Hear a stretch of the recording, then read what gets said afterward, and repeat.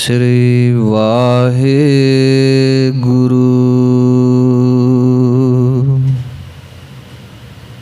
साहिब जी।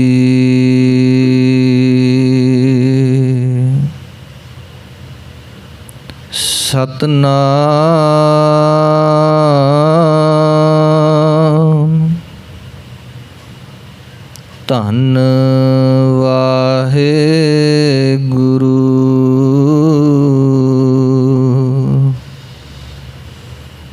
साहिब जी।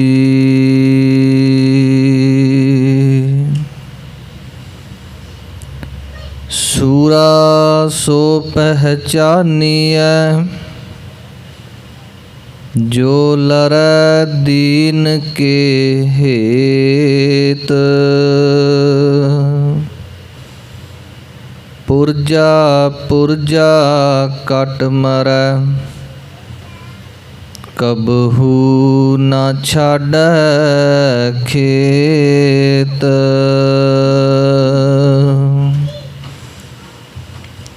गगन दमामा बाजियो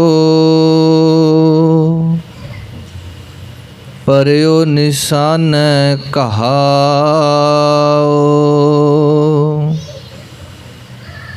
खेत जो मांड्यो सूरमा अब जूझन को दाओ। खेत जो मांड्यो सूरमा अब जूझन को दाओ। देह शिवा बर मोह है शुभ कर्मन ते कबहू न डरो। ना डरो और सो जब जाए लरो। निश्चय कर अपनी जीत करो। एह सिख हो अपने ही मन को एह लालच हो गुण तो चरो। जब आव की औद निदान बने अत ही रन में तब जूझ मरो। डंडौत बंदन अनक बार सर्ब कला समरथ। डोलन ते राखो प्रभु नानक दे कर हथ। डोलन ते राखो प्रभु नानक दे कर हथ। सतनाम श्री वाहिगुरु साहिब जी। कबीर हर का सिमरन छाड़ के रात जगावन जाए।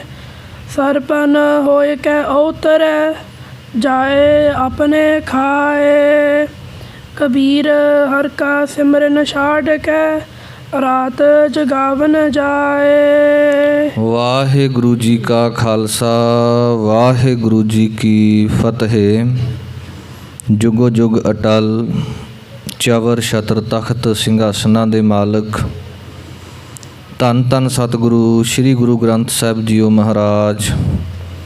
ਸਤਿਗੁਰਾਂ ਦੇ ਪਾਵਨ ਚਰਨਾਂ ਵਿੱਚ ਜੁੜ ਮਿਲ ਬੈਠੇ ਗੁਰੂ ਰੂਪ ਸਤਿਗੁਰਾਂ ਦਾ ਖਾਸ ਰੂਪ ਸਾਧ ਸੰਗਤ ਜੀਓ। ਵਡਭਾਗੇ ਹਾਂ ਜੋ ਸੰਗਤ ਦੀਆਂ ਘੜੀਆਂ ਪ੍ਰਾਪਤ ਹੋਈਆਂ। ਉੱਥੇ ਅੱਜ ਕੌਮ ਦੇ ਮਹਾਨ ਸ਼ਹੀਦਾਂ ਨੂੰ ਯਾਦ ਕੀਤਾ ਜਾ ਰਿਹਾ ਹੈ। ਸੰਗਤ ਦੇ ਵਿੱਚ ਆ ਕਰਕੇ ਕੀ ਪ੍ਰਾਪਤ ਹੁੰਦਾ ਹੈ, ਕਿਹੋ ਜਿਹੀ ਸੰਗਤ ਹੋਣੀ ਚਾਹੀਦੀ ਹੈ, ਆਪਾਂ ਪਿਛਲੇ ਕਈ ਦਿਨਾਂ ਤੋਂ ਭਗਤ ਕਬੀਰ ਸਾਹਿਬ ਜੀ ਦੇ ਸ਼ਲੋਕਾਂ ਦੇ ਵਿੱਚ ਪੜ੍ਹਦੇ ਆ ਰਹੇ ਹਾਂ। ਉਹ ਕਹਿੰਦੇ ਨੇ, ਸੰਗਤ ਕਰੀਐ ਸਾਧ ਕੀ ਅੰਤ ਕਰੈ ਨਿਰਵਾਹ। ਸੰਗਤ ਜੇ ਕਰਨੀ ਹੈ ਤੇ ਕਿਸੇ ਸਾਧ ਦੀ ਕੀਤੀ ਜਾਵੇ, ਕਿਸੇ ਮਹਾਤਮਾ ਦੀ ਕੀਤੀ ਜਾਵੇ ਜਿਹਦੇ ਕੋਲੋਂ ਸ਼ੁਭ ਗੁਣ ਪ੍ਰਾਪਤ ਹੋਣੇ ਨੇ। ਤੇ ਜਿਨ੍ਹਾਂ ਨੇ ਚੰਗੀ ਸੰਗਤ ਪ੍ਰਾਪਤ ਕੀਤੀ ਉਹਨਾਂ ਨੂੰ ਕੀ ਕੁਝ ਪ੍ਰਾਪਤ ਹੋਇਆ, ਉਹ ਇਤਿਹਾਸ ਦੇ ਪੰਨਿਆਂ ਦੇ ਉੱਪਰ ਨੋਟ ਹੋ ਗਿਆ। ਭਗਤ ਕਬੀਰ ਸਾਹਿਬ ਦਾ ਇੱਕ ਸ਼ਬਦ ਆਪਾਂ ਪੜ੍ਹਦੇ ਹਾਂ, ਵਿਗੜਿਓ, ਵੀ ਵਿਗੜ ਗਿਆ। ਜਦੋਂ ਕਿਸੇ ਦੀ ਸੰਗਤ ਪ੍ਰਾਪਤ ਹੁੰਦੀ ਹੈ, ਚੰਗੀ ਜਾਂ ਮਾੜੀ, ਅਸੀਂ ਉਹਦੀ ਸੰਗਤ ਨੂੰ ਗ੍ਰਹਿਣ ਕਰਦੇ ਹਾਂ। ਉਹਦੇ ਗੁਣ ਜਿਹਦੇ ਕੋਲ ਜਾਂਦੇ ਹਾਂ, ਜਿਹਦੇ ਕੋਲ ਬੈਠਦੇ ਹਾਂ, ਉਹਨੂੰ ਅਸੀਂ ਸੁਭਾਵਕ ਆਪਣੇ ਉੱਪਰ ਲੈਂਦੇ ਹਾਂ, ਆਪਣੇ ਉੱਪਰ ਹੰਡਾਉਣ ਦਾ ਯਤਨ ਕਰਦੇ ਹਾਂ। ਕਬੀਰ ਸਾਹਿਬ ਨੇ ਕੁਝ ਉਦਾਹਰਨਾਂ ਲਈਆਂ। ਗੰਗਾ ਨਦੀ ਦਾ ਜ਼ਿਕਰ ਆਉਂਦਾ ਹੈ, ਸਭ ਤੋਂ ਵੱਡੀ ਹੈ ਗੰਗਾ ਨਦੀ। ਉਹਦੇ ਵਿੱਚ ਪਤਾ ਹੀ ਨਹੀਂ ਕਿੰਨੀਆਂ ਕੁ ਨਦੀਆਂ ਜਿਹੜੀਆਂ, ਇੱਕ ਭਾਈ ਗੁਰਦਾਸ ਜੀ ਹੁਣਾਂ ਨੇ ਦੱਸਿਆ ਕਿ 999 ਨਦੀਆਂ ਜਿਹੜੀਆਂ ਗੰਗਾ ਦੇ ਵਿੱਚ ਪ੍ਰਵੇਸ਼ ਹੁੰਦੀਆਂ ਨੇ, ਛੋਟੇ ਛੋਟੇ ਰੂਪ ਦੇ ਵਿੱਚ। ਹੁਣ ਜਦੋਂ ਉਹ ਨਦੀਆਂ ਗੰਗਾ ਦੀ ਪਹੁੰਚ ਵਿੱਚ ਆਉਂਦੀਆਂ ਨੇ, ਉਸ ਤੋਂ ਪਹਿਲਾਂ ਉਹਨਾਂ ਦਾ ਨਾਮ ਕੋਈ ਹੋਰ ਸੀ, ਪਰ ਜਦੋਂ ਗੰਗਾ ਦੇ ਵਿੱਚ ਪ੍ਰਵੇਸ਼ ਕਰ ਜਾਂਦੀਆਂ ਉਹਨਾਂ ਦਾ ਆਪਣਾ ਨਾਮੋ ਨਿਸ਼ਾਨ ਮਿਟ ਜਾਂਦਾ ਹੈ, ਉਹ ਗੰਗਾ ਦਾ ਰੂਪ ਹੋ ਜਾਂਦੀਆਂ ਨੇ। ਅਗਲਾ ਕਬੀਰ ਸਾਹਿਬ ਨੇ ਉਦਾਹਰਨ ਲਿਆ ਚੰਦਨ ਦਾ। ਚੰਦਨ ਇੱਕ ਮਹਿਕ ਵਾਲਾ ਬੂਟਾ ਹੈ। ਜੰਗਲ ਦੇ ਵਿੱਚ ਜਿੱਥੇ ਚੰਦਨ ਉੱਗਿਆ ਹੋਵੇਗਾ, ਜਿਹੜਾ ਸ਼ੁੱਧ ਪਿਓਰ ਚੰਦਨ ਹੈ, ਜਿਹਨੂੰ ਬਾਵਨ ਚੰਦਨ ਕਿਹਾ, ਹਵਾ ਦੇ ਨਾਲ ਜਿਸ ਪਾਸੇ ਨੂੰ ਉਹਦੀ ਸੁਗੰਧੀ ਜਾਵੇਗੀ, ਜਿੰਨੇ ਵੀ ਦਰਖਤ ਨੇ, ਜਿੰਨੀ ਵੀ ਬਨਸਪਤੀ ਹੈ, ਇੱਕ ਵਾਂਸ ਨੂੰ ਛੱਡ ਕਰਕੇ, ਕਿਉਂਕਿ ਵਾਂਸ ਹੰਕਾਰਿਆ ਹੈ ਆਪਣੇ ਉੱਚੇ ਪੁਣੇ ਦਾ ਕਿ ਮੈਂ ਬਹੁਤ ਵੱਡਾ ਹਾਂ, ਇਹ ਛੋਟਾ ਜਿਹਾ ਚੰਦਨ ਮੈਨੂੰ ਕੀ ਦੇਵੇਗਾ। ਉਹਨੂੰ ਛੱਡ ਕੇ ਬਾਕੀ ਸਾਰੀ ਜਿਹੜੀ ਬਨਸਪਤੀ ਹੈ ਉਹ ਚੰਦਨ ਦਾ ਰੂਪ ਹੋ ਜਾਂਦੀ ਹੈ। ਕਹਿਣ ਲੱਗੇ ਜਿਹੜਾ ਤਰਵਰ ਹੈ, ਦਰਖਤ, ਇਹ ਵੀ ਵਿਗੜਿਆ। ਇਹ ਪਹਿਲਾਂ ਦਰਖਤ ਸੀ, ਪਰ ਜਦੋਂ ਚੰਦਨ ਦੀ ਖੁਸ਼ਬੂ ਇਹਨੂੰ ਪ੍ਰਾਪਤ ਹੋਈ, ਇਹਦੇ ਵਿੱਚੋਂ ਵੀ ਚੰਦਨ ਦੀ ਖੁਸ਼ਬੂ ਆਉਣ ਲੱਗ ਪਈ। ਤੀਸਰਾ ਉਦਾਹਰਨ ਉਹਨਾਂ ਲਿਆ ਪਾਰਸ ਦਾ। ਕਹਿਣ ਲੱਗੇ ਇੱਕ ਤਾਂਬਾ। ਹੁਣ ਤਾਂਬਾ ਜਿੰਨਾ ਸਮਾਂ ਪਾਰਸ ਦੀ ਸੰਗਤ ਵਿੱਚ ਨਹੀਂ ਆਇਆ, ਉਹ ਤਾਂਬਾ ਸੀ, ਪਰ ਜਦੋਂ ਪਾਰਸ ਦੀ ਸੰਗਤ ਵਿੱਚ ਆ ਗਿਆ ਤੇ ਉਹ ਸੋਨਾ ਬਣ ਗਿਆ, ਉਹ ਵੀ ਵਿਗੜ ਗਿਆ। ਹੁਣ ਇੱਥੇ ਤਿੰਨੋਂ ਜ਼ਿਕਰ ਕੀਤੇ। ਚੰਗੇ ਦੀ ਸੰਗਤ ਪ੍ਰਾਪਤ ਹੋਈ। ਗੰਗਾ ਵਿੱਚ ਪੈਣ ਵਾਲੀਆਂ ਜਿੰਨੀਆਂ ਵੀ ਨਦੀਆਂ ਨੇ, ਗੰਗਾ ਵਿੱਚ ਪ੍ਰਵੇਸ਼ ਕਰਨ ਤੋਂ ਪਹਿਲਾਂ ਉਹਨਾਂ ਦਾ ਜੋ ਵੀ ਵਜੂਦ ਸੀ ਹੋਵੇਗਾ, ਪਰ ਗੰਗਾ ਵਿੱਚ ਪ੍ਰਵੇਸ਼ ਕਰਨ ਤੋਂ ਬਾਅਦ ਨਾਮ ਕੇਵਲ ਇੱਕ ਰਹਿ ਗਿਆ, ਗੰਗਾ।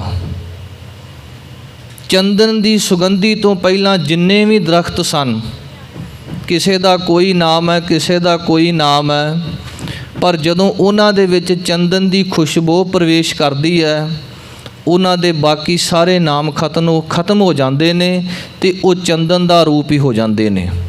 ਇਸੇ ਤਰ੍ਹਾਂ ਜ਼ਿਕਰ ਕੀਤਾ ਤਾਂਬੇ ਦਾ। ਕਹਿਣ ਲੱਗੇ ਤਾਂਬਾ ਇੱਕ ਧਾਤ ਹੈ, ਪਰ ਉੱਥੇ ਇੱਕ ਕੀਮਤੀ ਧਾਤ ਹੈ, ਸੋਨਾ।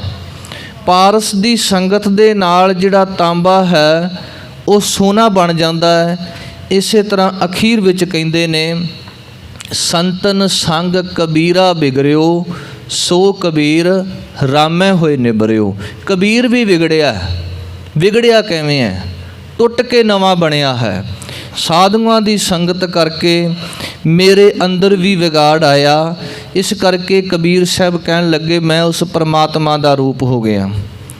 ਗੰਗਾ ਕੈ ਸੰਗ ਸਲਤਾ ਬਿਗਰੀ ਸੋ ਸਲਤਾ ਗੰਗਾ ਹੋਏ ਨਿਬਰੀ। ਬਿਗੜਿਓ ਕਬੀਰਾ RAM ਦੁਹਾਈ। ਕਹਿੰਦੇ ਉਸ RAM ਦੀ ਦੁਹਾਈ ਹੈ ਕਿ ਕਬੀਰ ਵੀ ਵਿਗੜ ਗਿਆ। ਬਿਗੜਿਓ ਕਬੀਰਾ RAM ਦੁਹਾਈ ਸਾਚ ਭਇਓ ਅਨਕਤ ਹੈ ਨਾ ਜਾਈ। ਕਿ ਸਾਰੇ ਬੰਨੇ ਹੁਣ ਸੱਚ ਦਾ ਹੀ ਪਸਾਰਾ ਹੋ ਗਿਆ। ਹੁਣ ਸਾਨੂੰ ਕਿਸੇ ਹੋਰ ਬੰਨੇ ਝਾਕਣ ਦੀ ਲੋੜ ਨਹੀਂ। ਹਰ ਇੱਕ ਪਾਸੇ ਰਮਿਆ ਹੋਇਆ ਰਾਮ ਹੀ ਪ੍ਰਤੀਤ ਨਜ਼ਰ ਆ ਰਿਹਾ ਹੈ। ਇਸੇ ਤਰ੍ਹਾਂ ਕਹਿ ਰਹੇ ਨੇ, ਚੰਦਨ ਕੈ ਸੰਗ ਤਰਵਰ ਬਿਗਰਿਓ ਸੋ ਤਰਵਰ ਚੰਦਨ ਹੋਏ ਨਿਬਰਿਓ। ਪਾਰਸ ਕੈ ਸੰਗ ਤਾਂਬਾ ਬਿਗਰਿਓ ਸੋ ਤਾਂਬਾ ਕੰਚਨ ਹੋਏ ਨਿਬਰਿਓ। ਸੰਤਨ ਸੰਗ ਕਬੀਰਾ ਬਿਗਰਿਓ ਸੋ ਕਬੀਰ ਰਾਮੈ ਹੋਏ ਨਿਬਰਿਓ। ਇਹ ਸੰਗਤ ਦਾ ਫਲ ਹੈ ਜੀ। ਚੰਗਿਆਂ ਦੀ ਸੰਗਤ ਹਮੇਸ਼ਾ ਚੰਗਾ ਕਰਦੀ ਹੈ। ਪੁੰਛ ਜ਼ਿਲ੍ਹੇ ਦੇ ਵਿੱਚ 1670 ਈਸਵੀ ਨੂੰ ਇੱਕ ਬਾਲਕ ਦਾ ਜਨਮ ਹੁੰਦਾ ਹੈ ਪਿਤਾ ਨਾਮਦੇਵ ਦੇ ਘਰ। ਬਚਪਨ ਵਿੱਚ ਨਾਮ ਰੱਖਿਆ ਗਿਆ ਲਛਮਣ ਦਾਸ। ਸ਼ਿਕਾਰ ਖੇਡਣ ਦਾ ਸੁਭਾਅ ਬਣ ਗਿਆ। ਪਰ ਇੱਕ ਦਿਨ ਸ਼ਿਕਾਰ ਖੇਡਦਿਆਂ ਖੇਡਦਿਆਂ ਕਿਸੇ ਹਰਨੀ ਨੂੰ ਤੀਰ ਮਾਰਿਆ, ਆਪਣਾ ਨਿਸ਼ਾਨਾ ਬਣਾਇਆ। ਹਰਨੀ ਦੇ ਪੇਟ ਦੇ ਵਿੱਚ ਬੱਚੇ ਸੀ। ਜਦੋਂ ਨਿਸ਼ਾਨਾ ਲੱਗਿਆ, ਉਹ ਬੱਚੇ ਜਨਮ ਦੇ ਰਹੀ ਸੀ। ਬੱਚੇ ਵੀ ਤੜਫਦੇ ਹੋਏ ਮਰੇ, ਉਹ ਹਰਨੀ ਵੀ ਮਰ ਗਈ। ਉਹਨਾਂ ਨੂੰ ਤੜਫਦਿਆਂ ਦੇਖ ਕੇ ਮਨ ਵਿੱਚ ਬੈਰਾਗ ਆ ਗਿਆ। ਜਿਹੜਾ ਇੱਕ ਸ਼ਿਕਾਰੀ ਸੀ, ਇੱਕ ਹਰਨੀ ਦੇ ਮਰਨ ਤੋਂ ਮਨ ਵਿੱਚ ਐਸਾ ਬੈਰਾਗ ਆਇਆ ਕਿ ਸਭ ਕੁਝ ਛੱਡ ਕੇ ਸਾਧੂ ਬਣ ਗਿਆ। ਨਾਮ ਰੱਖ ਲਿਆ ਮਾਧੋ ਦਾਸ ਤੇ ਜਾ ਪਹੁੰਚਿਆ ਨਾਸਿਕ ਦੇ ਵਿੱਚ, ਮਹਾਰਾਸ਼ਟਰ ਦੇ ਵਿੱਚ। ਇੱਕ ਗੁਰੂ ਧਾਰਨ ਕੀਤਾ ਜਿਹਦਾ ਨਾਮ ਆਉਂਦਾ ਹੈ ਕਰਮਦਾਸ। ਉਸ ਜੋਗੀ ਤੋਂ ਸਿੱਖਿਆ ਲੈਣੀ ਸ਼ੁਰੂ ਕਰ ਦਿੱਤੀ। ਜੋਗੀ ਨੇ ਰਿੱਧੀਆਂ ਸਿੱਧੀਆਂ ਮੰਤਰ ਦੀ ਵਿੱਦਿਆ ਪੜ੍ਹਾ ਦਿੱਤੀ। ਉੱਥੇ ਬੈਠਾ ਫਿਰ ਆਪਣੇ ਮੰਤਰਾਂ ਦੇ ਜਾਦੂ ਦੇ ਨਾਲ ਦੁਨੀਆ ਨੂੰ ਡਰਾਉਣ ਲੱਗਾ, ਤਮਾਸ਼ੇ ਕਰਨ ਲੱਗਾ। ਸਿੱਧਾਂ ਦੇ ਵਾਂਗ ਜਿਵੇਂ ਸਿੱਧਾਂ ਨੇ ਕੀਤੇ ਦੁਨੀਆ ਨੂੰ ਡਰਾਇਆ। ਮਾਧੋ ਦਾਸ ਵੀ ਇਹ ਕਰਾਮਾਤਾਂ ਕਰਕੇ ਲੋਕਾਂ ਨੂੰ ਡਰਾਉਣ ਲੱਗਾ। ਇੰਨੇ ਨੂੰ ਗੁਰੂ ਗੋਬਿੰਦ ਸਿੰਘ ਸੱਚੇ ਪਾਤਸ਼ਾਹ ਮਹਾਰਾਜ ਜੀ 1708 ਨੂੰ ਦੱਖਣ ਦੀ ਧਰਤੀ 'ਤੇ ਪਹੁੰਚਦੇ ਨੇ ਤੇ ਉਧਰੋਂ ਮਾਧੋ ਦਾਸ ਵੀ ਨਾਸਕ ਤੋਂ ਚੱਲ ਕੇ ਗੋਦਾਵਰੀ ਨਦੀ ਦੇ ਕੰਢੇ ਆਪਣਾ ਡੇਰਾ ਲਾ ਲੈਂਦਾ। ਹੁਣ ਗੁਰੂ ਗੋਬਿੰਦ ਸਿੰਘ ਸੱਚੇ ਪਾਤਸ਼ਾਹ ਜੀ ਉਹਦੇ ਡੇਰੇ 'ਤੇ ਪਹੁੰਚਦੇ ਨੇ। ਇਹ ਕਰਾਮਾਤੀ ਬਹੁਤ ਹੈ। ਮਹਾਰਾਜ ਪਹੁੰਚੇ ਨੇ। ਬਟਾਲਵੀ ਲਿਖਦਾ ਹੈ, ਕਹਿਣ ਲੱਗੇ ਗੁਰੂ ਗੋਬਿੰਦ ਸਿੰਘ ਤੇ ਮਾਧੋ ਦਾਸ ਦੇ ਵਿੱਚ ਇੱਕ ਵਾਰਤਾ ਹੋਈ। ਮਾਧੋ ਦਾਸ ਨੇ ਪੁੱਛਿਆ, ਤੁਸੀਂ ਕੌਣ ਹੋ? ਮਹਾਰਾਜ ਜੀ ਕਹਿਣ ਲੱਗੇ, ਤੈਨੂੰ ਮਿਲਣ ਵਾਸਤੇ ਆਏ ਹਾਂ। ਕਹਿੰਦਾ, ਮੈਂ ਜਾਣਦਾ ਨਹੀਂ। ਮਹਾਰਾਜ ਜੀ ਕਹਿੰਦੇ, ਤੂੰ ਜਾਣਦਾ ਹੈ? ਇਸ ਬਾਰੇ ਵਿਚਾਰ ਕਰ ਆਪਣੇ ਅੰਤਰ ਆਤਮਾ ਦੇ ਨਾਲ। ਕਹਿਣ ਲੱਗਾ, ਤੁਸੀਂ ਗੁਰੂ ਗੋਬਿੰਦ ਸਿੰਘ ਹੋ? ਮਹਾਰਾਜ ਜੀ ਕਹਿਣ ਲੱਗੇ, ਹਾਂ। ਕਹਿਣ ਲੱਗੇ, ਫਿਰ ਕਿਵੇਂ ਆਏ ਹੋ? ਸੱਚੇ ਪਾਤਸ਼ਾਹ ਕਹਿਣ ਲੱਗੇ, ਤੈਨੂੰ ਆਪਣਾ ਚੇਲਾ ਬਣਾਉਣ ਆਏ ਆ। ਉਸੇ ਪਲ ਮਾਧੋ ਦਾਸ ਬੈਰਾਗੀ ਨੇ ਗੋਡੇ ਟੇਕੇ, ਸਿਰ ਝੁਕਾਇਆ, ਕਹਿਣ ਲੱਗਾ, ਮੈਨੂੰ ਪ੍ਰਵਾਨ ਹੈ, ਮੈਂ ਤੇਰਾ ਚੇਲਾ ਬਣਿਆ। ਤੇ ਗੁਰੂ ਗੋਬਿੰਦ ਸਿੰਘ ਸੱਚੇ ਪਾਤਸ਼ਾਹ ਨੇ ਕੁਝ ਸਮਾਂ, ਕਿਉਂਕਿ ਸ਼ਸਤਰ ਵਿੱਦਿਆ ਦੀ ਮੁਹਾਰਤ ਤਾਂ ਬਚਪਨ ਦੇ ਵਿੱਚ ਹੀ ਮਾਧੋ ਦਾਸ ਦੇ ਕੋਲ ਸੀ। ਬਸ ਇੱਕ ਹਥਿਆਰ ਸੁੱਟੇ ਸੀ। ਇੱਕ ਚੰਗੇ ਗੁਰੂ, ਇੱਕ ਚੰਗੇ ਉਸਤਾਦ ਦੀ ਲੋੜ ਸੀ। ਮਨ ਵਿੱਚ ਬੈਰਾਗ ਵੀ ਸੀ, ਸ਼ਸਤਰ ਧਾਰੀ ਵੀ ਸੀ ਤੇ ਹੁਣ ਸਾਧੂਆਂ ਦੀ ਸੰਗਤ ਲੈ ਕੇ ਕਰਾਮਾਤਾਂ ਵੀ ਪ੍ਰਾਪਤ ਕੀਤੀਆਂ ਹੋਈਆਂ ਸਨ। ਪਰ ਉਹਨਾਂ ਦੀ ਜਿਹੜੀ ਵਰਤੋਂ ਹੈ ਹੁਣ ਤੱਕ ਦੁਰਵਰਤੋਂ ਕੀਤੀ ਗਈ ਸੀ। ਇੱਕ ਸਮਾਂ ਐਸਾ ਆਇਆ, ਜਿਸ ਤਰ੍ਹਾਂ ਗੰਗਾ ਦੇ ਵਿੱਚ ਪ੍ਰਵੇਸ਼ ਕਰਨ ਵਾਲੀ ਨਦੀ ਦਾ ਆਪਣਾ ਵਜੂਦ ਤੇ ਖਤਮ ਹੋਇਆ, ਪਰ ਉਹਦਾ ਨਾਮ ਬੜਾ ਵੱਡਾ ਬਣ ਗਿਆ ਗੰਗਾ। ਜਿਸ ਤਰ੍ਹਾਂ ਤਰਵਰ ਇੱਕ ਦਰਖਤ ਨੇ ਆਪਣਾ ਵਜੂਦ ਤੇ ਖਤਮ ਕਰ ਲਿਆ, ਪਰ ਉਹਦੇ ਵਿੱਚ ਸੁਗੰਧੀ ਚੰਦਨ ਦੀ ਆਈ ਤੇ ਉਹਦੀ ਵੀ ਚੰਦਨ ਵਾਂਗੂ ਮਹਿਮਾ ਹੋਣ ਲੱਗ ਪਈ। ਆਪਣਾ ਖਤਮ ਕਰ ਦਿੱਤਾ। ਤੂੰ ਕਰਤਾ ਤੂੰ ਹੁਆ ਮੁਝ ਮੈਂ ਰਹਾ ਨਾ ਹੂੰ। ਜਦੋਂ ਆਪਣਾ ਆਪ ਖਤਮ ਕਰ ਦਿੱਤਾ ਤੇ ਫਿਰ ਚੌਂ ਚੱਕਾਂ ਦੇ ਵਿੱਚ ਵਡਿਆਈ ਹੋਣ ਲੱਗੀ। ਤਾਂਬਾ ਪਾਰਸ ਨੂੰ ਮਿਲਿਆ ਤੇ ਸੋਨੇ ਦਾ ਰੂਪ ਹੋ ਗਿਆ। ਅੱਜ ਮਾਧੋ ਦਾਸ ਬੈਰਾਗੀ ਗੁਰੂ ਗੋਬਿੰਦ ਸਿੰਘ ਸੱਚੇ ਪਾਤਸ਼ਾਹ ਨੂੰ ਮਿਲਿਆ ਤੇ ਉਹ ਵੇਲਾ ਜਦੋਂ ਗੁਰੂ ਗੋਬਿੰਦ ਸਿੰਘ ਸੱਚੇ ਪਾਤਸ਼ਾਹ ਨੇ ਥਾਪੜਾ ਦੇ ਕਰਕੇ ਬੰਦਾ ਸਿੰਘ ਬਹਾਦਰ ਨੂੰ ਇੱਕ ਨਗਾਰਾ ਬਖਸ਼ਿਆ, ਤੀਰ ਕਮਾਨ ਬਖਸ਼ੇ ਤੇ ਤੋਰਿਆ ਪੰਜਾਬ ਦੇ ਵੱਲ। ਕਿਉਂਕਿ ਪੰਜਾਬ ਦੀ ਧਰਤੀ ਦੇ ਉੱਪਰ ਵਜ਼ੀਰ ਖਾਨ ਤੇ ਔਰੰਗਜ਼ੇਬ ਹੋਣਾ ਨੇ ਜੋ ਕੁਝ ਕੀਤਾ ਉਹ ਇਤਿਹਾਸ ਦੀਆਂ ਬੜੀਆਂ ਲੰਬੀਆਂ ਸਤਰਾਂ ਨੇ। ਵੱਡੇ ਸਾਹਿਬਜ਼ਾਦੇ ਚਮਕੌਰ ਦੀ ਗੜੀ ਵਿੱਚ ਸ਼ਹੀਦ ਹੋਏ, ਛੋਟੇ ਸਾਹਿਬਜ਼ਾਦੇ ਸਰਹੰਦ ਦੀਆਂ ਨੀਹਾਂ ਦੇ ਵਿੱਚ ਸ਼ਹੀਦ ਹੋਏ। ਇੱਥੇ ਸਾਡੇ ਕਈ ਭੁੱਲੜ ਵੀਰ ਕਹਿ ਦਿੰਦੇ ਨੇ ਕਿ ਬਦਲਾ ਲੈਣ ਵਾਸਤੇ, ਨਹੀਂ, ਬਦਲਾ ਲੈਣ ਵਾਸਤੇ ਨਹੀਂ ਮਹਾਰਾਜ ਨੇ ਤੋਰਿਆ। ਜੇ ਬਦਲੇ ਦੀ ਭਾਵਨਾ ਹੀ ਹੁੰਦੀ ਤੇ ਮਹਾਰਾਜ ਸੱਚੇ ਪਾਤਸ਼ਾਹ ਜੀ ਔਰੰਗਜ਼ੇਬ ਦੇ ਪੁੱਤਰ ਬਹਾਦਰ ਸ਼ਾਹ ਦੀ ਮਦਦ ਕਿਉਂ ਕਰਦੇ? ਉਹੋ ਹੀ ਬਹਾਦਰ ਸ਼ਾਹ ਬਾਅਦ ਵਿੱਚ ਬੰਦਾ ਸਿੰਘ ਬਹਾਦਰ ਦੇ ਵਿਰੁੱਧ ਜਿਹੜਾ ਹੈ ਉਹਨੇ ਮੁਹਿੰਮਾਂ ਛੇੜੀਆਂ। ਕੁਝ ਸਾਲ ਪਹਿਲਾਂ ਗੁਰੂ ਗੋਬਿੰਦ ਸਿੰਘ ਤੋਂ ਮਦਦ ਮੰਗਦਾ ਹੈ, ਪਰ ਜਦੋਂ ਦੇਖਦਾ ਹੈ ਕਿ ਬੰਦਾ ਸਿੰਘ ਬਹਾਦਰ ਦਾ ਬੜਾ ਵਜੂਦ ਪੰਜਾਬ ਵਿੱਚ ਵੱਧ ਰਿਹਾ ਹੈ ਤੇ ਉਹ ਆਪਣੀਆਂ ਜਿਹੜੀਆਂ ਮੁਹਿੰਮਾਂ ਆਪਣੀਆਂ ਫੌਜਾਂ ਨੂੰ ਬੰਦਾ ਸਿੰਘ ਬਹਾਦਰ ਦੇ ਖਿਲਾਫ ਭੇਜਦਾ ਹੈ। ਉਹ ਗੱਲ ਵੱਖਰੀ ਹੈ ਕਿ ਉਹ ਸਫਲ ਨਹੀਂ ਹੋ ਪਾਉਂਦਾ, ਉਹਦੀ ਮੌਤ ਹੋ ਜਾਂਦੀ ਹੈ। ਉਸ ਤੋਂ ਬਾਅਦ ਫਰਖਸੀਅਰ ਜਿਹੜਾ ਹੈ ਦਿੱਲੀ ਦੇ ਤਖਤ ਦੇ ਉੱਪਰ ਬਹਿੰਦਾ ਹੈ, ਉਹ ਇੱਕ ਨਿਕੰਮਾ ਬਾਦਸ਼ਾਹ ਸਾਬਤ ਹੋਇਆ। ਇਸ ਸਾਰੇ ਦੇ ਵਿੱਚ ਬੰਦਾ ਸਿੰਘ ਬਹਾਦਰ ਨੇ ਪੰਜਾਬ ਦੀ ਧਰਤੀ ਤੇ ਬੜੀ ਦੂਰ ਤੱਕ ਖਾਲਸਾ ਰਾਜ ਕਾਇਮ ਕੀਤਾ, ਪਹਿਲਾ ਖਾਲਸਾ ਰਾਜ। ਗੁਰੂ ਗੋਬਿੰਦ ਸਿੰਘ ਮਹਾਰਾਜ ਜੀ ਨੇ ਥਾਪੜਾ ਦੇ ਕਰਕੇ ਬੰਦਾ ਸਿੰਘ ਬਹਾਦਰ ਨੂੰ ਦੱਖਣ ਦੀ ਧਰਤੀ ਤੋਂ ਪੰਜਾਬ ਵੱਲ ਨੂੰ ਤੋਰਿਆ।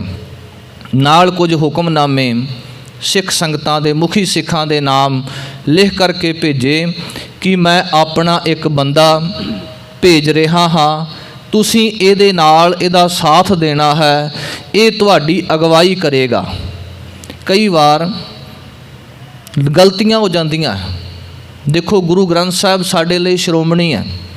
ਗੁਰੂ ਗ੍ਰੰਥ ਸਾਹਿਬ ਜੀ ਦੀ ਇੱਕ ਇੱਕ ਗੱਲ ਸਾਡੇ ਲਈ ਸੱਚੀ ਹੈ। ਮਾफ़ ਕਰਨਾ, ਗੁਰੂ ਗ੍ਰੰਥ ਸਾਹਿਬ ਤੋਂ ਇਲਾਵਾ ਸਾਡੇ ਜਿੰਨੇ ਹੋਰ ਇਤਿਹਾਸਕ ਸੋਰਸ ਨੇ, ਅਸੀਂ ਕਈ ਵਾਰ ਸ਼ਰਧਾਵਸ ਉਹਨਾਂ ਨੂੰ ਇਨ ਬਿਨ ਪੜ੍ਹੀ ਜਾਂਦੇ ਰਹਿੰਦੇ ਹਾਂ। ਉਹਨਾਂ ਦੇ ਵਿੱਚ ਵੀ ਕਈ ਵਾਰ ਊਣਤਾਈਆਂ, ਕਿਉਂਕਿ ਬੰਦੇ ਵਿੱਚ ਊਣਤਾਈ ਦੀ ਜਿਹੜੀ ਉਹ ਗੁੰਜਾਇਸ਼ ਹੁੰਦੀ ਹੈ। ਅਸੀਂ ਬੰਦਾ ਸਿੰਘ ਬਹਾਦਰ ਨੂੰ ਹੁਣ ਤੱਕ ਗਲਤ ਹੀ ਸਾਬਤ ਕੀਤਾ ਕਿ ਉਹ ਗੁਰੂ ਤੋਂ ਬੇਮੁਖ ਹੋਇਆ। ਇਸੇ ਤਰ੍ਹਾਂ ਨਾ ਜੀ, ਆਪਾਂ ਸੁਣਿਆ ਵੀ ਹੈ ਕਿ ਉਹਨੇ ਗੁਰੂ ਦੇ ਬਚਨ ਨਹੀਂ ਮੰਨੇ, ਉਹਨੇ ਆਹ ਕੀਤਾ, ਉਹਨੇ ਇਹ ਕੀਤਾ। ਠੀਕ ਹੈ, ਉਸ ਵੇਲੇ ਦੇ ਜਿਹੜੇ ਫਾਰਸੀ ਸਰੋਤ ਸਨ, ਜਿਹੜੇ ਮੁਗਲ ਹਕੂਮਤ ਜਿਹੜੀ ਸੀ ਸਿੱਖਾਂ ਦੇ ਖਿਲਾਫ ਸੀ, ਉਹਨਾਂ ਦੇ ਰੋਜ਼ਾਨਾ ਦੀਆਂ ਰਿਪੋਰਟਾਂ ਲਿਖੀਆਂ ਜਾਂਦੀਆਂ ਸਨ ਤੇ ਉਹਨਾਂ ਦੇ ਵਿੱਚ ਬੰਦਾ ਸਿੰਘ ਬਹਾਦਰ ਨੂੰ ਬੜਾ ਮਾੜਾ ਪੇਸ਼ ਕੀਤਾ। ਉਹ ਜਾਇਜ਼ ਹੈ, ਕਿਉਂਕਿ ਗੁਰੂ ਗੋਬਿੰਦ ਸਿੰਘ ਤੋਂ ਬਾਅਦ ਖਾਲਸੇ ਰਾਜ ਨੂੰ ਅੱਗੇ ਕਾਇਮ ਕਰਨ ਦਾ ਜਿਹੜਾ ਸਭ ਤੋਂ ਵੱਡਾ ਸਿਹਰਾ ਹੈ ਬੰਦਾ ਸਿੰਘ ਬਹਾਦਰ ਦੇ ਸਿਰ ਹੈ। ਪਰ ਜਿੱਥੇ ਉਹਨਾਂ ਨੇ ਬੰਦਾ ਸਿੰਘ ਬਹਾਦਰ ਨੂੰ ਮਾੜਾ ਪੇਸ਼ ਕੀਤਾ, ਉਹਨਾਂ ਦੇ ਕਰੈਕਟਰ ਤੱਕ ਦੀਆਂ ਗੱਲਾਂ ਕੀਤੀਆਂ, ਉੱਥੇ ਉਹਨਾਂ ਨੇ ਬੰਦਾ ਸਿੰਘ ਬਹਾਦਰ ਨੂੰ ਚੰਗਾ ਵੀ ਪੇਸ਼ ਕੀਤਾ। ਉਹਦੀ ਬਹਾਦਰੀ ਦੇ ਉਹਨਾਂ ਨੇ ਕਿੱਸੇ ਲਿਖੇ, ਫਾਰਸੀ ਦੇ ਵਿੱਚ, ਅਰਬੀ ਦੇ ਵਿੱਚ ਬਹੁਤ ਲਿਖਿਆ ਹੋਇਆ ਹੈ। ਪਿਛਲੇ ਥੋੜ੍ਹੇ ਕੁ ਸਮੇਂ ਤੋਂ ਇਹ ਖੋਜਾਂ ਹੋਈਆਂ। ਇਹ ਸਾਡੀ ਬਦਕਿਸਮਤੀ ਹੈ ਕਿ ਸਿੱਖ ਇਤਿਹਾਸ ਦੇ ਬਹੁਤੇ ਜਿਹੜੇ ਸਰੋਤ ਨੇ ਉਹ ਪਾਕਿਸਤਾਨ ਲਾਹੌਰ ਦੇ ਵਿੱਚ ਰਹਿ ਗਏ ਨੇ। ਲਾਹੌਰ ਯੂਨੀਵਰਸਿਟੀ ਦੇ ਵਿੱਚ ਬੜੀਆਂ ਜਿਹੜੀਆਂ ਦੁਰਲੱਭ ਚੀਜ਼ਾਂ ਉਰਦੂ ਤੇ ਫਾਰਸੀ ਦੇ ਵਿੱਚ ਸਿੱਖ ਇਤਿਹਾਸ ਨਾਲ ਸੰਬੰਧਿਤ ਪਈਆਂ ਨੇ। ਬੜੀਆਂ ਖੋਜਾਂ ਜਿਹੜੀਆਂ ਰਾਜਸਥਾਨ ਦੀਆਂ ਯੂਨੀਵਰਸਿਟੀਆਂ ਦੇ ਵਿੱਚ ਉਰਦੂ ਤੇ ਫਾਰਸੀ ਵਿੱਚ ਪਈਆਂ ਨੇ। ਇਹ ਸਾਡੀ ਬਦਕਿਸਮਤੀ ਹੈ ਕਿ ਸਾਡੇ ਵਿੱਚੋਂ ਉਰਦੂ ਤੇ ਫਾਰਸੀ ਪੜ੍ਹਨ ਵਾਲੇ ਵਿਦਵਾਨ ਖਤਮ ਹੋ ਚੁੱਕੇ ਨੇ, ਹੈ ਹੀ ਨਹੀਂ। 2-4 ਬਜ਼ੁਰਗ ਸਨ, ਉਹ ਵੀ ਚੱਲ ਵਸੇ ਨੇ, ਬਹੁਤੇ ਨਹੀਂ ਰਹੇ। ਸੋ ਬੰਦਾ ਸਿੰਘ ਬਹਾਦਰ ਪੰਜਾਬ ਦੀ ਧਰਤੀ ਤੇ ਆਉਂਦਾ ਹੈ। ਮਹਾਰਾਜ ਜੀ ਦੇ ਹੁਕਮਨਾਮੇ ਵੱਖ-ਵੱਖ ਇਲਾਕਿਆਂ ਦੇ ਵਿੱਚ ਸਿੱਖ ਸੰਗਤਾਂ ਨੂੰ ਭੇਜੇ ਜਾਂਦੇ ਨੇ, ਮਾਝੇ, ਮਾਲਵੇ, ਦੁਆਬੇ ਦੇ ਵਿੱਚ। ਜਿਵੇਂ ਹੀ ਉਹ ਪੰਜਾਬ ਦੇ ਵਿੱਚ ਦਿੱਲੀ ਤੋਂ ਅੱਗੇ ਵੱਧਦਾ ਹੈ, ਹੌਲੀ ਹੌਲੀ ਉਹਨੇ ਆਪਣੇ ਨਿੱਕੀਆਂ ਮੁਹਿੰਮਾਂ ਸ਼ੁਰੂ ਕੀਤੀਆਂ। ਜਿੰਨੇ ਕੋ ਸਿੰਘ ਉਹਨਾਂ ਦੇ ਨਾਲ ਆ ਕੇ ਜੁੜੇ, ਇੱਕ ਇੱਕ ਕਰਦਿਆਂ ਸਮਾਣਾ, ਸਢੌਰਾ, ਮੁਸਤਫਾਬਾਦ ਕਰਦਿਆਂ ਜਿਹੜਾ ਸਮਾਂ ਆਉਂਦਾ ਹੈ ਸਰਹੰਦ ਨੂੰ ਫਤਿਹ ਕਰਨ ਦਾ। ਤੇ ਸਰਹੰਦ, ਕਿਉਂਕਿ ਸਰਹੰਦ ਪਹਿਲਾਂ ਹੀ ਖਬਰ ਪਹੁੰਚ ਚੁੱਕੀ ਸੀ ਕਿ ਇੱਕ ਬੰਦਾ ਆ ਰਿਹਾ ਹੈ, ਗੁਰੂ ਗੋਬਿੰਦ ਸਿੰਘ ਦਾ ਭੇਜਿਆ ਹੋਇਆ ਹੈ। ਹਾਲਾਂਕਿ ਅਰਬੀ ਸਰੋਤਾਂ ਦੇ ਵਿੱਚ, ਫਾਰਸੀ ਸਰੋਤਾਂ ਦੇ ਵਿੱਚ ਬੰਦਾ ਸਿੰਘ ਬਹਾਦਰ ਨੂੰ ਗੁਰੂ ਸ਼ਬਦ ਵੀ ਉਹਨਾਂ ਨੇ ਲਿਖਿਆ ਹੈ। ਮੇਰਾ ਇੱਕ ਰਿਸਰਚ ਪੇਪਰ ਸਰਹੰਦ ਦੀ ਜਿੱਤ ਦੇ ਉੱਪਰ ਲਿਖਿਆ ਸੀ, ਬੰਦਾ ਸਿੰਘ ਬਹਾਦਰ ਦੀ ਸਰਹੰਦ ਜਿੱਤ ਅਰਬੀ ਤੇ ਫਾਰਸੀ ਸਰੋਤਾਂ ਦੇ ਹਵਾਲੇ ਦੇ ਨਾਲ। ਉਸ ਵਿੱਚ ਉਹ ਬੰਦਾ ਸਿੰਘ ਬਹਾਦਰ ਨੂੰ ਗੁਰੂ ਰੂਪ ਦੇ ਵਿੱਚ ਵੀ ਪੇਸ਼ ਕਰਦੇ ਨੇ ਕਿ ਇੱਕ ਦੱਖਣ ਦੇ ਵਿੱਚੋਂ ਸਿੱਖਾਂ ਦਾ ਗੁਰੂ ਆ ਰਿਹਾ ਹੈ, ਬੜੇ ਸਿੱਖ ਉਹਦੇ ਨਾਲ ਜੁੜੇ ਹੋਏ ਨੇ। ਸਰਹੰਦ ਦੇ ਚੱਪੜ ਚਿੜੀ ਦੀ ਮੈਦਾਨ ਦੇ ਵਿੱਚ ਇੱਕ ਬਹੁਤ ਭਾਰੀ ਜਿਹੜਾ ਹੈ ਇਹ ਯੁੱਧ ਹੁੰਦਾ ਹੈ। ਇਹਦੇ ਵਿੱਚ ਕਈ ਨੀਤੀਆਂ ਖੇਡੀਆਂ ਗਈਆਂ।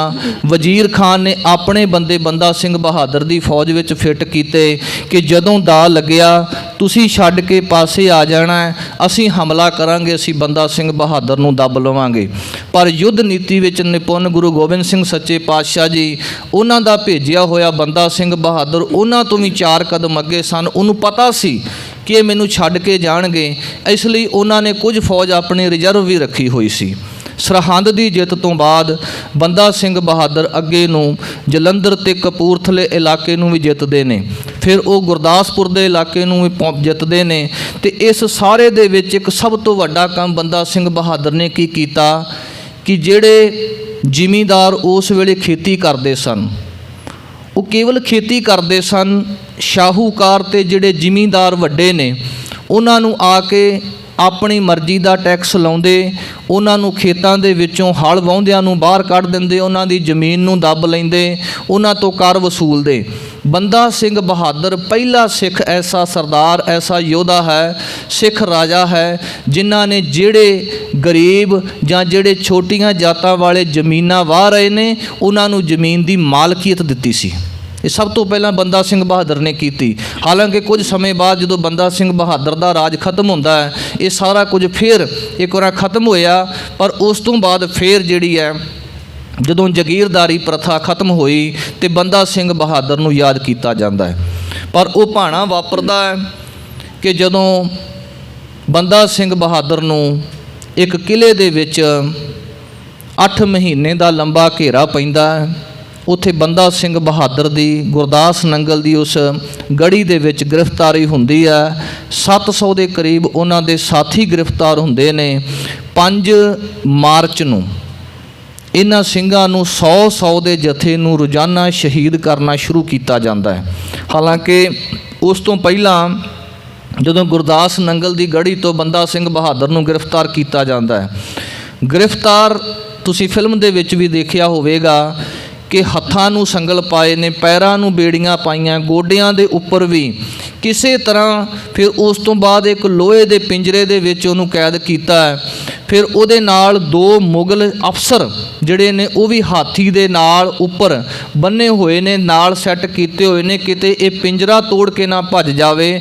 ਇੰਨਾ ਖੌਫ ਹੈ ਬੰਦਾ ਸਿੰਘ ਬਹਾਦਰ ਦਾ। ਉਹਦੇ ਸਾਥੀਆਂ ਨੂੰ ਵੀ ਉਸੇ ਤਰ੍ਹਾਂ ਬੰਨਿਆ ਗਿਆ ਹੈ। ਲਾਹੌਰ ਪੇਸ਼ ਕੀਤਾ ਜਾਂਦਾ ਹੈ, ਪਰ ਜਦੋਂ ਲਾਹੌਰ ਪਹੁੰਚਦੇ ਨੇ ਕੇਵਲ 200 ਕੁ ਸਿਰ ਨੇਜਿਆਂ ਦੇ ਉੱਪਰ ਟੰਗੇ ਹੋਏ ਨੇ ਸਿੰਘਾਂ ਦੇ। ਤੇ ਉੱਥੇ ਜਾ ਕੇ ਇਹਨਾਂ ਨੂੰ ਇੰਜ ਲੱਗਦਾ ਹੈ ਕਿ ਸ਼ਾਇਦ ਜ਼ਕਰੀਆ ਖਾਂ ਹੁਣ ਖੁਸ਼ ਨਾ ਹੋਵੇਗਾ, 200 ਸਿਰ ਘੱਟ ਹੈ। ਇਹ ਆਪਣੇ ਜਿਹੜੇ ਮੁਖੀ ਜਰਨੈਲ ਨੇ ਉਹਨਾਂ ਨੂੰ ਪਿੰਡਾਂ ਦੇ ਵਿੱਚ ਭੇਜਦਾ ਹੈ, ਨਾਲ ਸੂਰਮੇ ਭੇਜਦਾ ਹੈ, ਫੌਜ ਨੂੰ ਭੇਜਦਾ ਹੈ ਕਿ ਜਾਓ ਜਾ ਕੇ ਚੁਣ ਕੇ ਸਿੰਘਾਂ ਨੂੰ ਲੱਭੋ। ਤੇ ਇਹ ਲਿਖਿਆ ਜਾਂਦਾ ਹੈ ਕਿ ਫਿਰ ਕਈ 100 ਗੱਡੇ ਸਿੰਘਾਂ ਦੇ ਸਿਰਾਂ ਦੇ ਜਿਹੜੇ ਨੇ ਉਹ ਇਕੱਠੇ ਕੀਤੇ। ਜਿੱਥੇ ਬੰਦਾ ਸਿੰਘ ਬਹਾਦਰ ਨੂੰ ਗ੍ਰਿਫਤਾਰ ਕਰਕੇ ਲੈ ਕੇ ਜਾ ਰਹੇ ਨੇ, ਨਾਲ ਹੋਰ 700 ਸਿੰਘ ਨੇ ਉਹਨਾਂ ਨੂੰ ਗ੍ਰਿਫਤਾਰ ਕੀਤਾ ਹੈ। ਉੱਥੇ ਗੱਡਿਆਂ ਦੇ ਗੱਡੇ ਸਿੰਘਾਂ ਦੇ ਸਿਰਾਂ ਦੇ ਜਿਹੜੇ ਭਰੇ ਹੋਏ ਨੇ ਉਹ ਲੈ ਕੇ ਜਾ ਰਹੇ ਨੇ। ਬੰਦਾ ਸਿੰਘ ਬਹਾਦਰ ਤੇ ਉਹਨਾਂ ਦੇ ਸਾਥੀਆਂ ਨੂੰ ਹੁਣ ਸਜ਼ਾਵਾਂ ਦੇਣੀਆਂ ਆਰੰਭ ਹੋਈਆਂ 5 ਮਾਰਚ ਤੋਂ। ਇੱਕੋ ਹੀ ਸਾਰਿਆਂ ਲਈ ਫੈਸਲਾ ਸੀ ਕਿ ਤੁਹਾਡੀ ਜਾਨ ਬਖਸ਼ੀ ਕੀਤੀ ਜਾਵੇਗੀ ਜੇਕਰ ਤੁਸੀਂ ਇਸਲਾਮ ਧਰਮ ਕਬੂਲ ਕਰ ਲਓਗੇ। ਇਹ ਗੱਲ ਅਰਬੀ ਤੇ ਫਾਰਸੀ ਸਰੋਤਾਂ ਦੇ ਵਿੱਚ ਵੀ ਲਿਖੀ ਮਿਲਦੀ। ਕਹਿਣ ਲੱਗੇ ਧੰਨ ਸੀ ਉਹ ਗੁਰੂ ਕੇ ਸਿੱਖੜੇ। ਉਹਨਾਂ ਸਾਰਿਆਂ ਦੇ ਵਿੱਚੋਂ ਕਿਸੇ ਨੇ ਵੀ, ਹਾਲਾਂਕਿ ਉਹ ਜ਼ਿਕਰ ਕਰਦੇ ਇੱਕ ਬੱਚੇ ਦਾ ਜ਼ਿਕਰ ਵੀ ਆਪਾਂ ਸਾਖੀ ਪੜ੍ਹਦੇ ਹਾਂ, ਛੋਟਾ ਬੱਚਾ ਆਉਂਦਾ, ਉਹਦੀ ਮਾਂ ਆ ਕੇ ਕਹਿੰਦੀ ਹੈ ਮੇਰਾ ਪੁੱਤਰ ਸਿੱਖ ਨਹੀਂ, ਇਹਦੀ ਜਾਨ ਬਖਸ਼ੀ ਜਾਵੇ। ਉਹ ਬੱਚਾ ਕਹਿੰਦਾ ਮੇਰੀ ਮਾਂ ਝੂਠ ਬੋਲਦੀ, ਮੈਂ ਸਿੱਖ ਹਾਂ। ਕਹਿਣ ਲੱਗੇ ਉਹਨਾਂ ਵਿੱਚੋਂ ਇੱਕ ਵੀ ਐਸਾ ਨਹੀਂ ਨਿਕਲਿਆ ਜਿਨ੍ਹਾਂ ਨੇ ਆਪਣੀ ਜਾਨ ਬਖਸ਼ੀ ਲਈ ਇਹ ਕਿਹਾ ਹੋਵੇ ਕਿ ਮੈਂ ਸਿੱਖ ਨਹੀਂ ਹਾਂ, ਬਲਕਿ ਉਹਨਾਂ ਨੇ ਅੱਗੇ ਹੋ ਕਰਕੇ ਸ਼ਹੀਦੀਆਂ ਦਿੱਤੀਆਂ। ਸਮਾਂ ਆਇਆ ਬੰਦਾ ਸਿੰਘ ਬਹਾਦਰ ਦੀ ਸ਼ਹੀਦੀ ਦਾ 25 ਜੂਨ ਬੰਦਾ ਸਿੰਘ ਬਹਾਦਰ ਨੂੰ ਉਸੇ ਤਰ੍ਹਾਂ ਜਿਸ ਤਰ੍ਹਾਂ ਪਹਿਲਾਂ ਜਲੂਸ ਕੱਢਿਆ ਗਿਆ, ਸਾਰੇ ਸ਼ਹਿਰ ਵਿੱਚ ਦਿਖਾਇਆ ਗਿਆ, ਅੱਖਾਂ ਦੇ ਸਾਹਮਣੇ ਸਾਰੇ ਸਿੰਘ ਸ਼ਹੀਦ ਕੀਤੇ ਗਏ, ਤੇ ਅੱਜ ਬੰਦਾ ਸਿੰਘ ਬਹਾਦਰ ਨੂੰ ਸ਼ਹੀਦ ਕਰਨ ਦਾ ਵੇਲਾ ਆਇਆ। ਉਹਦੀ ਗੋਦੀ ਦੇ ਵਿੱਚ ਉਹਦੇ ਬੱਚੇ ਅਜੈ ਸਿੰਘ ਨੂੰ ਪਾਇਆ ਗਿਆ ਤੇ ਇਹ ਹੁਕਮ ਕੀਤਾ ਗਿਆ ਕਿ ਤੂੰ ਆਪਣੇ ਹੱਥੀਂ ਆਪਣੇ ਪੁੱਤਰ ਦਾ ਕਤਲ ਕਰ। ਬੰਦਾ ਸਿੰਘ ਬਹਾਦਰ ਕਹਿਣ ਲੱਗੇ, ਇਹ ਕਾਇਰਾਂ ਵਾਲਾ ਕੰਮ ਹੈ, ਇਹ ਮੇਰੇ ਤੋਂ ਨਹੀਂ ਹੋਣਾ। ਹਾਂ, ਮੇਰੇ ਅੱਗੇ ਕੋਈ ਸੂਰਮਾ ਹੋਵੇ, ਲੜਨ ਵਾਲਾ ਹੋਵੇ ਤੇ ਮੈਂ ਜ਼ਰੂਰ ਉਹਦੇ ਨਾਲ ਲੜਾਂਗਾ, ਪਰ ਇੱਕ ਬੱਚੇ ਨੂੰ ਮੇਰੇ ਹੱਥੋਂ ਕਹੋ ਤੁਸੀਂ ਮਾਰੋ, ਇਹ ਮੈਂ ਨਹੀਂ ਮਾਰ ਸਕਦਾ। ਬੰਦਾ ਸਿੰਘ ਬਹਾਦਰ ਦੀਆਂ ਅੱਖਾਂ ਦੇ ਸਾਹਮਣੇ ਉਹਦੇ ਸਪੁੱਤਰ ਅਜੈ ਸਿੰਘ ਨੂੰ ਸ਼ਹੀਦ ਕੀਤਾ ਗਿਆ, ਟੋਟੇ ਟੋਟੇ ਕੀਤਾ ਗਿਆ, ਉਹਦਾ ਤੜਫਦਾ ਹੋਇਆ ਕਲੇਜਾ ਕੱਢਿਆ ਗਿਆ। ਇੱਥੋਂ ਤੱਕ ਵੀ ਇਤਿਹਾਸਕਾਰ ਲਿਖਦੇ ਨੇ ਕਿ ਬੰਦਾ ਸਿੰਘ ਬਹਾਦਰ ਦੇ ਮੂੰਹ ਦੇ ਵਿੱਚ ਵੀ ਪਾਇਆ ਗਿਆ। ਬੱਚੇ ਅਜੈ ਸਿੰਘ ਦੀਆਂ ਆਂਦਰਾਂ ਇਕੱਠੀਆਂ ਕਰਕੇ ਬੰਦਾ ਸਿੰਘ ਬਹਾਦਰ ਦੇ ਗਲ ਵਿੱਚ ਹਾਰ ਤਰ੍ਹਾਂ ਪਾਈਆਂ ਗਈਆਂ ਕਿ ਇਹ ਡੋਲੇ, ਇੱਕ ਜਰਨੈਲ ਨੂੰ, ਇੱਕ ਸਿੱਖ ਜਰਨੈਲ ਨੂੰ ਡੁਲਾਇਆ ਜਾਵੇ ਤੇ ਉਹ ਕਵੇ ਕਿ ਨਾ, ਇਹ ਭਾਣਾ ਨਾ ਵਰਤਾਓ, ਮੇਰੇ ਪੁੱਤਰ ਨੂੰ ਨਾ ਮਾਰੋ, ਮੈਂ ਮੁਸਲਮਾਨ ਬਣਨ ਲਈ ਤਿਆਰ ਹਾਂ। ਇੰਨੇ ਤਸੀਹੇ ਹੋਣ ਤੋਂ ਬਾਅਦ ਵੀ ਬੰਦਾ ਸਿੰਘ ਬਹਾਦਰ ਅਡੋਲ ਗੁਰੂ ਗੋਬਿੰਦ ਸਿੰਘ ਸੱਚੇ ਪਾਤਸ਼ਾਹ ਜੀ ਦੇ ਹੁਕਮਾਂ ਅਨੁਸਾਰ ਰਹੇ। ਬੰਦਾ ਸਿੰਘ ਬਹਾਦਰ ਦੀਆਂ ਅੱਖਾਂ ਕੱਢੀਆਂ ਗਈਆਂ, ਬਾਹਾਂ ਵੱਢੀਆਂ ਗਈਆਂ, ਪਰ ਫਿਰ ਵੀ ਉਹ ਸੂਰਮਾ ਅਡੋਲ ਰਿਹਾ ਤੇ ਅਖੀਰ ਸ਼ਹੀਦੀ ਦਾ ਜਾਮ ਬੰਦਾ ਸਿੰਘ ਬਹਾਦਰ ਨੇ ਪੀਤਾ। ਇਸੇ ਤਰ੍ਹਾਂ ਉਹ ਸਮਾਂ ਗੁਰੂ ਗੋਬਿੰਦ ਸਿੰਘ ਸੱਚੇ ਪਾਤਸ਼ਾਹ ਮਹਾਰਾਜ ਜੀ ਤੋਂ ਬਖਸ਼ਿਸ਼ ਲਈ ਬੰਦਾ ਸਿੰਘ ਬਹਾਦਰ ਸਿੱਖਾਂ ਦਾ ਪਹਿਲਾ ਜਰਨੈਲ, ਪਹਿਲਾ ਰਾਜਾ ਜਿਹੜਾ ਸਿੱਖਾਂ ਦਾ ਉਹ ਬਣਿਆ ਤੇ ਉਹਨਾਂ ਦੀ ਸ਼ਹੀਦੀ ਹੋਈ। ਇਸੇ ਤਰ੍ਹਾਂ ਗੁਰੂ ਗੋਬਿੰਦ ਸਿੰਘ ਜੀ ਦੇ ਸਪੁੱਤਰ 20ਵੀਂ ਸਦੀ ਦੇ ਮਹਾਨ ਜਰਨੈਲ ਬਾਬਾ ਏ ਕੌਮ ਸੰਤ ਗਿਆਨੀ ਜਰਨੈਲ ਸਿੰਘ ਜੀ ਖਾਲਸਾ ਪਿੰਡਰਾਂ ਵਾਲੇ ਮਹਾਂਪੁਰਖ, ਉਹਨਾਂ ਦੀ ਅਗਵਾਈ ਦੇ ਵਿੱਚ ਲੱਗੇ ਮੋਰਚੇ, ਸਿੱਖਾਂ ਦਾ ਆਪਣਾ ਕੌਮੀ ਘਰ, ਆਪਣੀ ਮਾਤ ਬੋਲੀ, ਆਪਣੇ ਸੱਭਿਆਚਾਰ ਨੂੰ ਬਚਾਉਣ ਵਾਸਤੇ ਉਸ ਸੰਘਰਸ਼ ਦੇ ਵਿੱਚ ਵੀ ਬੜੇ ਯੋਧੇ ਨਿਤਰੇ, ਬੜਿਆਂ ਸਿੰਘਾਂ ਨੇ ਸ਼ਹਾਦਤਾਂ ਦਿੱਤੀਆਂ। ਮੌਜੂਦਾ ਸਮੇਂ ਦੇ ਵਿੱਚ ਸਾਡੀ ਕੌਮ ਦੇ 3 ਮਹਾਨ ਜਿਹੜੇ ਸੂਰਮੇ ਸਨ, ਭਾਈ ਪਰਮਜੀਤ ਸਿੰਘ ਜੀ ਪੰਜਵੜ, ਭਾਈ ਅਵਤਾਰ ਸਿੰਘ ਜੀ ਖੰਡਾ ਤੇ ਭਾਈ ਹਰਦੀਪ ਸਿੰਘ ਜੀ ਨਿੱਜਰ, ਜਿਨ੍ਹਾਂ ਦਾ ਅੱਜ ਸੰਸਕਾਰ ਹੋ ਰਿਹਾ ਹੈ। ਸਰੀ ਇੱਦੇ ਇਲਾਕੇ ਦੇ ਵਿੱਚ ਬੜੀਆਂ ਸਿੱਖ ਸੰਗਤਾਂ ਜਿਹੜੀਆਂ ਨੇ ਉੱਥੇ ਉਸ ਸੂਰਮੇ ਨੂੰ ਸੇਜਲ ਅੱਖਾਂ ਦੇ ਨਾਲ ਵਿਦਾ ਕਰਨ ਵਾਸਤੇ ਗਈਆਂ ਹੋਈਆਂ ਨੇ। ਸੋ ਇਹ ਸੰਘਰਸ਼, ਇਹ ਜਿਹੜੀ ਚੰਗਿਆਰੀ ਹੈ ਸ਼ਹੀਦਾਂ ਦੀ, ਉਹ ਹਮੇਸ਼ਾ ਚੱਲਦੀ ਰਹਿੰਦੀ ਹੈ, ਉਹ ਖਤਮ ਨਹੀਂ ਹੁੰਦੀ। ਕਿਉਂਕਿ ਜੇ ਇਹ ਅਣਖ, ਇੱਕ ਆਮ ਵਿਦਵਾਨ ਬਚਨ ਲਿਖਦੇ ਨੇ, ਕਹਿਣ ਲੱਗੇ ਜਿਨ੍ਹਾਂ ਦੇ ਖੂਨ ਦੇ ਵਿੱਚ ਉਬਾਲਾ ਹੁੰਦਾ ਹੈ ਉਹ ਮੌਤ ਲਈ ਹਮੇਸ਼ਾ ਤਿਆਰ ਰਹਿੰਦੇ ਨੇ, ਤੇ ਜਿਨ੍ਹਾਂ ਕੌਮਾਂ ਦੇ ਖੂਨ ਚਿੱਟੇ ਹੋ ਚੁੱਕੇ ਨੇ, ਉਹਨਾਂ ਦੇ ਅੰਦਰੋਂ ਗੈਰਤ ਮਰ ਚੁੱਕੀ ਹੈ, ਉਹਨਾਂ ਦੇ ਅੰਦਰੋਂ ਸੂਰਮਤਾਈ ਮਰ ਚੁੱਕੀ ਹੈ, ਉਹਨਾਂ ਨੂੰ ਕਿਸੇ ਨੇ ਕੁਝ ਨਹੀਂ ਕਹਿਣਾ। ਜਿਨ੍ਹਾਂ ਦੇ ਅੰਦਰ ਉਬਾਲੇ ਨੇ ਉਹਨਾਂ ਨੂੰ ਮੌਤਾਂ ਵੀ ਵਾਜਾਂ ਮਾਰਦੀਆਂ ਨੇ। ਸੋ ਅੱਜ ਉਹਨਾਂ ਸੂਰਮਿਆਂ ਨੂੰ ਆਪਾਂ ਸਭ ਯਾਦ ਕਰ ਰਹੇ ਹਾਂ। ਨਮਨ ਹੈ ਐਸੇ ਸੂਰਮਿਆਂ ਨੂੰ, ਐਸੇ ਯੋਧਿਆਂ ਨੂੰ ਜਿਨ੍ਹਾਂ ਨੇ ਕੌਮ ਦੀ ਖਾਤਰ ਆਪਣਾ ਆਪ ਕੁਰਬਾਨ ਕਰ ਦਿੱਤਾ। ਆਓ ਹੁਣ ਚੱਲ ਰਹੀ ਲੜੀਵਾਰ ਕਥਾ ਵਿਚਾਰ ਦੇ ਨਾਲ ਜੁੜੀਏ। ਕਬੀਰ ਹਰ ਕਾ ਸਿਮਰਨ ਛਾੜ ਕੇ ਰਾਤ ਜਗਾਵਨ ਜਾਏ। ਕਬੀਰ ਸਾਹਿਬ ਪਖੰਡ ਦਾ ਜਿੱਥੇ ਸ਼ਬਦਾਂ ਦੇ ਵਿੱਚ ਵਿਰੋਧ ਕਰਦੇ ਨੇ, ਕੱਲ੍ਹ ਵੀ ਆਪਾਂ ਪੜ੍ਹਿਆ, ਉੱਥੇ ਅੱਜ ਦੇ ਇਸ ਪਹਿਲੇ ਸ਼ਲੋਕ ਦੇ ਵਿੱਚ ਉਹਨਾਂ ਲੋਕਾਂ ਦਾ ਜ਼ਿਕਰ ਕਰ ਰਹੇ ਨੇ ਕਿ ਜਿਹੜੇ ਰਾਤ ਨੂੰ ਮਸਾਣਾ ਨੂੰ ਜਗਾਉਣ ਵਾਸਤੇ ਜਾਂਦੇ ਨੇ, ਮੜੀਆਂ ਦੇ ਵਿੱਚ ਜਾਂਦੇ ਨੇ, ਉੱਥੇ ਜਿਨ੍ਹਾਂ ਮੁਰਦਿਆਂ ਦੇ ਸੰਸਕਾਰ ਹੋ ਰਹੇ ਹੁੰਦੇ ਨੇ, ਉੱਥੇ ਜਾ ਕੇ ਮੰਤਰ ਦਾ ਜਾਪ ਕਰਕੇ ਉਹ ਜਿਹੜੇ ਆਤਮਾਵਾਂ ਨੇ, ਜਿਹੜੀਆਂ ਸੁੱਤੀਆਂ ਹੋਈਆਂ ਆਤਮਾਵਾਂ ਨੇ, ਉਹਨਾਂ ਨੂੰ ਜਗਾਉਂਦੇ ਹਨ। ਸਰਪਨ ਹੋਏ ਕੈ ਉਤਰੈ ਜਾਏ ਆਪਣੇ ਖਾਏ। ਇੱਕ ਦੂਸਰਾ ਅਰਥ ਇਹ ਵੀ ਮਿਲਦਾ ਹੈ ਕਿ ਜਿਨ੍ਹਾਂ ਬੀਬੀਆਂ ਦੇ ਬੱਚਾ ਨਹੀਂ ਹੁੰਦਾ, ਦੇਖੋ ਇਹ ਉਸ ਵੇਲੇ ਦਾ ਜਿਹੜਾ ਪਖੰਡ ਹੈ ਭਗਤ ਕਬੀਰ ਸਾਹਿਬ ਨੇ ਗੁਰਬਾਣੀ ਵਿੱਚ ਅੰਕਿਤ ਕੀਤਾ। ਉਹ ਕੀ ਕਰਦੀਆਂ? ਉਹ ਆਪਣੇ ਗਵਾਂਢ ਦੇ ਵਿੱਚ, ਆਪਣੇ ਪਿੰਡ ਦੇ ਵਿੱਚ, ਨਗਰ ਦੇ ਵਿੱਚ ਜਿਸ ਬੀਬੀ ਦੇ ਬੱਚੇ ਨੇ, ਔਲਾਦ ਹੈ, ਉਹਨਾਂ ਦੇ ਘਰ ਜਾਂਦੀਆਂ ਰਾਤ ਨੂੰ ਤੇ ਆਵਾਜ਼ ਮਾਰਦੀਆਂ ਦਰਵਾਜ਼ੇ ਤੇ ਖੜ ਕੇ। ਅੱਗੋਂ ਜਿਹੜੀ ਬੀਬੀ ਆਪਣੇ ਬੱਚਿਆਂ ਦੇ ਨਾਲ ਪਈ ਹੁੰਦੀ ਹੈ, ਉਹ ਆਵਾਜ਼ ਅੱਗੋਂ ਹਾਮੀ ਭਰਦੀ ਹੈ, ਭਾਈ ਕੌਣ ਹੈ?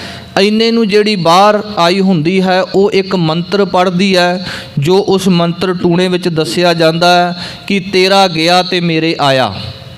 ਇੰਨੇ ਕਹਿਣ ਦੇ ਨਾਲ ਕਹਿਣ ਲੱਗੇ ਉਸ ਬੀਬੀ ਦੇ ਬੱਚੇ ਦੀ ਮੌਤ ਹੋ ਜਾਂਦੀ ਹੈ ਤੇ ਇਹਦੇ ਘਰ ਪੁੱਤਰ ਪੈਦਾ ਹੋ ਜਾਂਦਾ ਹੈ।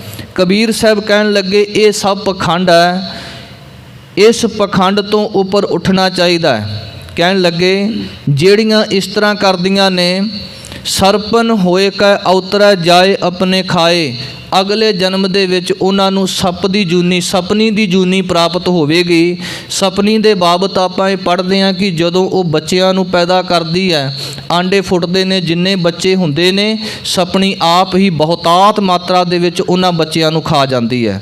ਕਬੀਰ ਸਾਹਿਬ ਕਹਿਣ ਲੱਗੇ ਜਿਹੜੀਆਂ ਇਸ ਤਰ੍ਹਾਂ ਮਾੜੀ ਪ੍ਰਵਿਰਤੀ ਦੇ ਨਾਲ ਆਪਣੇ ਘਰ ਬੱਚੇ ਦੀ ਲਈ ਕਿਸੇ ਦੇ ਬੱਚੇ ਨੂੰ ਮਾਰਨ ਬਾਰੇ ਸੋਚਦੀਆਂ ਨੇ, ਅਗਲੇ ਜਨਮ ਦੇ ਵਿੱਚ ਉਹ ਸਾਪਣੀ ਦੀ ਜੂਨੀ ਵਿੱਚ ਜਾਣਗੀਆਂ ਤੇ ਆਪਣੇ ਹੀ ਬੱਚਿਆਂ ਨੂੰ ਖਾਣਗੀਆਂ।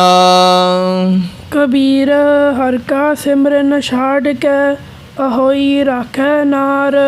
ਕਹਿਣ ਲੱਗੇ ਵਾਹਿਗੁਰੂ ਦੇ ਸਿਮਰਨ ਨੂੰ ਛੱਡ ਕਰਕੇ, ਅਹੋਈ ਇੱਕ ਦੇਵੀ ਦਾ ਨਾਮ ਹੈ। ਕੱਤਕ ਦੇ ਮਹੀਨੇ ਦੇ ਵਿੱਚ ਬੀਬੀਆਂ ਇਹਦੇ ਵਰਤ ਰੱਖਦੀਆਂ ਨੇ। ਕਬੀਰ ਸਾਹਿਬ ਕਹਿਣ ਲੱਗੇ ਇੱਕ ਵਾਰੀ ਬੀਬੀਆਂ ਵੀ ਵਰਤ ਰੱਖਦੀਆਂ ਨੇ, ਅਕਸਰ ਜ਼ਿਕਰ ਇਹ ਅਹੋਈ ਦਾ ਆਉਂਦਾ ਹੈ। ਤੇ ਕਹਿਣ ਲੱਗੇ ਇੱਕ ਵਾਹਿਗੁਰੂ ਦਾ ਸਿਮਰਨ ਛੱਡ ਕੇ ਜਿਹੜਾ ਇਸ ਤਰ੍ਹਾਂ ਦਾ ਪਖੰਡ ਕਰਨਾ ਹੈ, ਅਹੋਈ ਰਾਖੈ ਨਾਰ। ਅਹੋਈ, ਅਹੋਈ ਦਾ ਮਤਲਬ ਜਿਹੜੀ ਹਾਲੇ ਹੋਈ ਨਹੀਂ, ਭਾਵ ਕਿ ਜਿਹਦੀ ਹਜੇ ਮੈਰਿਜ ਹੀ ਨਹੀਂ ਹੋਈ, ਉਹ ਅਹੋਈ ਜਿਹੜੀ ਦੇਵੀ ਹੈ ਉਹਦੇ ਵਰਤ ਆਦਿ ਰੱਖਦੀਆਂ ਹਨ। ਗਦ ਹੀ ਹੋਏ ਕੈ ਅਵਤਰੈ ਪਾਰਸ ਹੈ ਮਨ ਚਾਰ। ਤੇ ਉਹ ਜਿਹੜੀ ਉਹਦੀ ਪੂਜਾ ਕਰਨ ਦਾ ਜਿਹੜਾ ਵਿਧਾਨ ਹੈ ਕਿ ਉਹ ਆਪਣੇ ਘਰ ਦੇ ਵਿੱਚ ਉਸ ਅਹੋਈ ਦੇਵੀ ਦੀ ਮੂਰਤੀ ਬਣਾਉਂਦੀਆਂ ਹੈ ਮਿੱਟੀ ਦੀ, ਤੇ ਫਿਰ ਉਹਦਾ ਪੂਜਨ ਕਰਦੀਆਂ ਨੇ, ਵਰਤ ਰੱਖਦੀਆਂ ਨੇ, ਆਦਿ ਬੜੇ ਤਰ੍ਹਾਂ ਦੇ ਪਖੰਡ ਕੀਤੇ ਜਾਂਦੇ ਨੇ। ਕਬੀਰ ਸਾਹਿਬ ਕਹਿਣ ਲੱਗੇ ਜਿਹੜੇ ਇਸ ਤਰ੍ਹਾਂ ਦੇ ਪਖੰਡ ਕਰਦੇ ਨੇ ਉਹਨਾਂ ਨੂੰ ਅਗਲੇ ਜਨਮ ਦੇ ਵਿੱਚ ਗਧੀ ਦੀ ਜੂਨ ਪ੍ਰਾਪਤ ਹੋਵੇਗੀ। ਤੇ ਗਧਿਆਂ ਦੀ ਜਿਹੜੀ ਜੂਨ ਹੈ ਉਹ ਘੁਮਿਆਰ ਉਹਨਾਂ ਦੇ ਉੱਪਰ 4-4 ਮਣ ਜਿਹੜੀ ਮਿੱਟੀ ਲੱਦ ਲੈਂਦੇ ਹਨ ਤੇ ਉਹ ਭਾਰ ਉਹਨਾਂ ਨੂੰ ਚੱਕਣਾ ਪੈਂਦਾ ਹੈ। ਕਬੀਰ ਸਾਹਿਬ ਕਹਿੰਦੇ ਗਧੀ ਹੋਏ ਕੈ ਅਵਤਰੈ ਭਾਰ ਸਹੈ ਮਨ ਚਾਰ, ਉਹਨਾਂ ਨੂੰ ਭਾਰ ਸਹਿਣਾ ਪਵੇਗਾ। ਕਬੀਰ ਚਤੁਰਾਈ ਅਤ ਕਨੀ ਹਰ ਜਪ ਹਿਰਦੈ ਮਾਹੇ। ਕਹਿਣ ਲੱਗੇ ਠੀਕ ਹੈ, ਚਤੁਰਾਈ ਨੂੰ ਆਪਾਂ ਕਿਹਾ ਮਾੜਾ ਹੈ, ਪਰ ਇੱਕ ਚਤੁਰਾਈ ਕਰਨੀ ਚੰਗੀ ਹੈ। ਉਹ ਚਤੁਰਾਈ ਹੈ ਵਾਹਿਗੁਰੂ ਦਾ ਨਾਮ ਜਪਣਾ। ਚਤੁਰਾਈ ਅਤ ਘਨੀ, ਬਹੁਤ ਜ਼ਿਆਦੀ ਚਤੁਰਾਈ ਘਨੀ ਚੰਗੀ ਹੈ, ਸਿਆਣੀ ਹੈ। ਹਰ ਜਪ ਹਿਰਦੈ ਮਾਹੇ, ਜੇਕਰ ਹਿਰਦੇ ਦੇ ਵਿੱਚ ਵਾਹਿਗੁਰੂ ਦਾ ਨਾਮ ਜਪਿਆ ਜਾਏ। ਸੂਰੀ ਉੱਪਰ ਖੇਲਣਾ ਗਿਰੈ ਤਾਂ ਠਾਹਰ ਨਾਹੇ। ਹੁਣ ਸੂਰੀ ਦਾ ਅਰਥ ਲਿਆ ਗਿਆ ਸੂਲ, ਸੂਲੀ ਤੋਂ।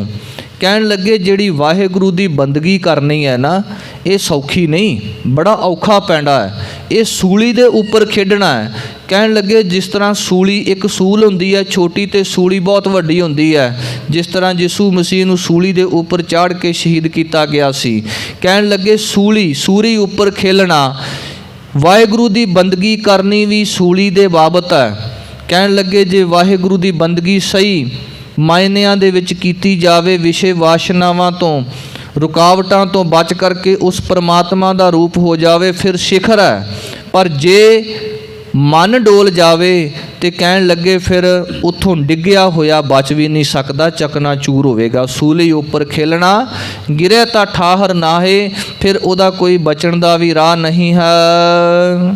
ਕਬੀਰ ਸੋਈ ਮੁਖ ਤਨ ਹੈ ਜਾ ਮੁਖ ਕਹੀਐ ਰਾਮ। ਕਹਿਣ ਲੱਗੇ ਉਹ ਮੁਖ ਧਨ ਹੈ, ਸਾ ਰਸਨਾ ਧਨ ਧਨ ਹੈ ਮੇਰੀ ਜਿੰਦੜੀਏ। ਉਹ ਰਸਨਾ, ਉਹ ਜੀਵ ਧਨਤਾ ਦੇ ਯੋਗ ਹੈ ਜਿਹੜੀ ਰਸਨਾ ਦੇ ਨਾਲ ਵਾਹਿਗੁਰੂ ਦਾ ਨਾਮ ਜਪਿਆ ਜਾਂਦਾ ਹੈ। ਉਹ ਹੱਥ ਪਵਿੱਤਰ ਹੈ ਜਿਨ੍ਹਾਂ ਹੱਥਾਂ ਦੇ ਨਾਲ ਵਾਹਿਗੁਰੂ ਦਾ ਜਸ ਲਿਖਿਆ ਜਾਂਦਾ ਹੈ।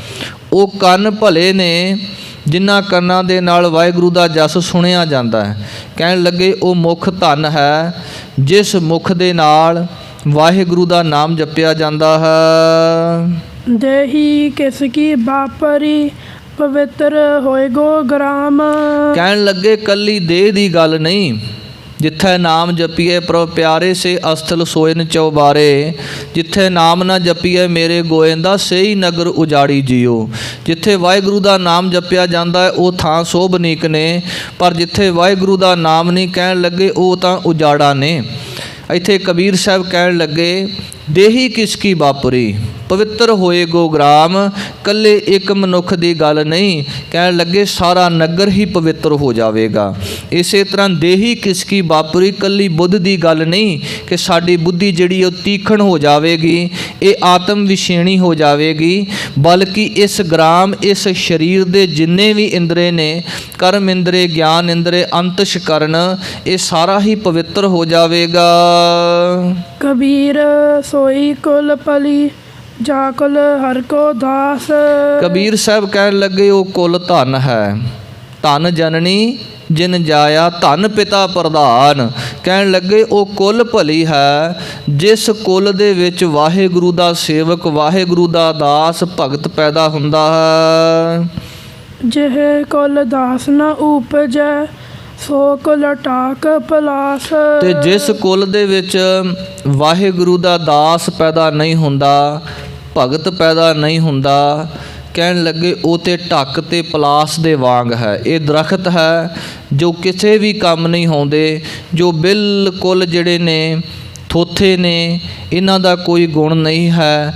ਇਸੇ ਤਰ੍ਹਾਂ ਪਾਵਨ ਗੁਰਬਾਣੀ ਦੇ ਬਚਨ ਹਨ, ਜਨਨੀ ਜਨੈ ਤਾਂ ਭਗਤ ਜਨ ਕਹਿ ਦਾਤਾ ਕਹਿ ਸੂਰ।